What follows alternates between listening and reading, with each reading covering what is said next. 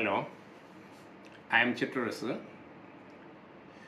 Recently, the government has increased the rate of GST on chit fund services from 12% to 18%.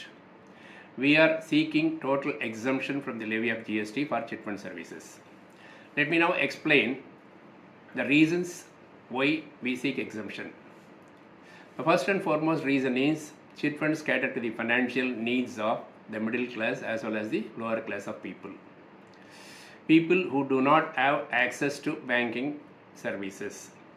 And chit funds are also catering to people like self-employed, small businessmen, and even startups, not necessarily from technical startups, other startups also. And chit fund business is governed by a separate act called the Chit Funds Act of 1982, which is administered by the state governments in the respective states. And it contains a lot of provisions to ensure that the business is safe and the interest of the chit fund members are protected. And chit fund is also classified as a non-banking financial company by Reserve Bank of India also. It is grouped under the miscellaneous non-banking companies. The services provided by chit funds reach, as I already said, the middle class people and the lower income people. Any levy of GST on these services will affect the chit fund members who consist of savers as well as borrowers. For savers, their income will be reduced, and for borrowers, the cost of funds when they borrow money from chit funds will go up. If the savers do not get attractive income, they will not come to chit funds.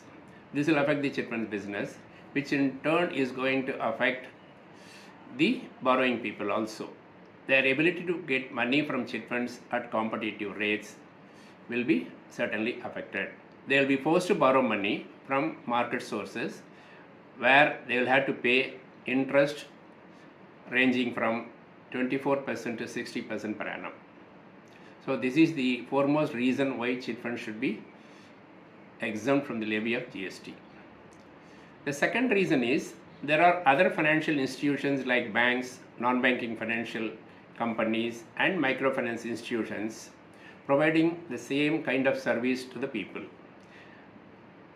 Banks mobilize savings and lend money through loans.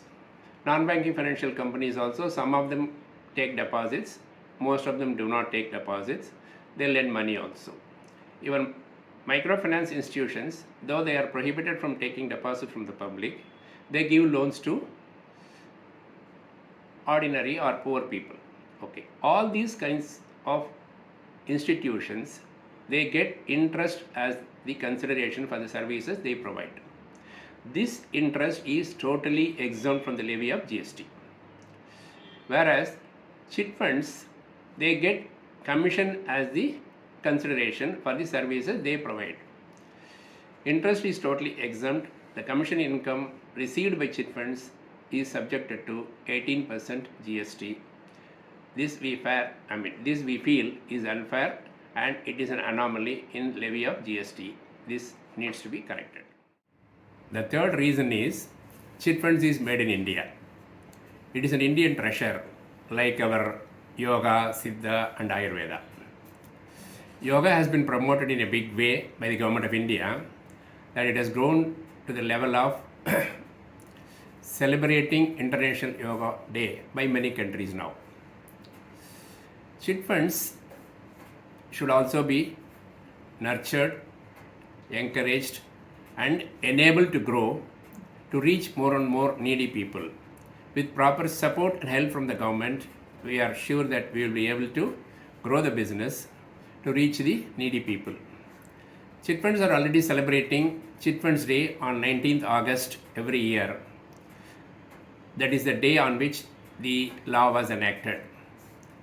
We believe that with proper encouragement and support from the government, the day of celebrating International Chit Funds Day is not too far off.